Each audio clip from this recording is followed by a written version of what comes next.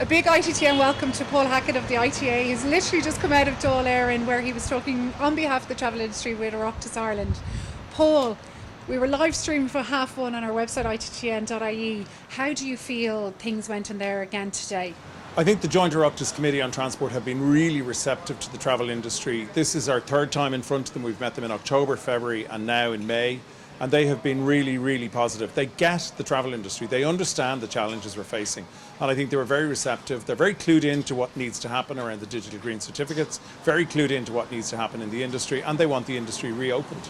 So, Paul, the EU COVID-19 certificate, as it's now called, what is your take on it after today? Do you think we'll adopt it? And when do you see it coming into reality in Ireland?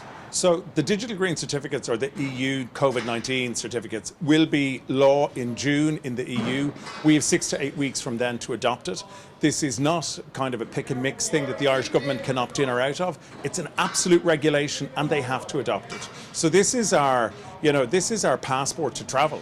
In terms of reintroducing travel from countries outside of the EU, do you think the government will use the fact that we're not part of the Schengen Agreement as a way to shy away from relaxing non-EU travel?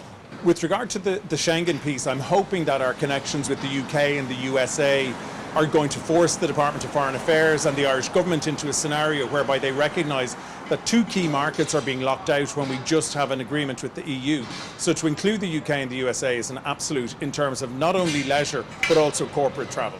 Now, the big question, EWSS and CRSS. We've been repeatedly told that there won't be a cliff edge, but our industry is so unique, Paul. Do you think that we will be lost in the mix, or do you think the government now identifies the struggles of the Irish travel agent? We really are hoping that we're not going to get lost, and if we do get lost, there will be more failures. There's absolutely no two ways about it. Like, even though there's been a tiny improvement in the last week, instead of being 95% down, we're 85% down. Our forecasts for the back end of the year are running at 25% of 2019 levels. That's still an unsustainable level of business, even with bookings coming in. There's been no forward bookings, so bookings are going to be very quiet at the back end of the year for Q4, and those supports are going to have to be there.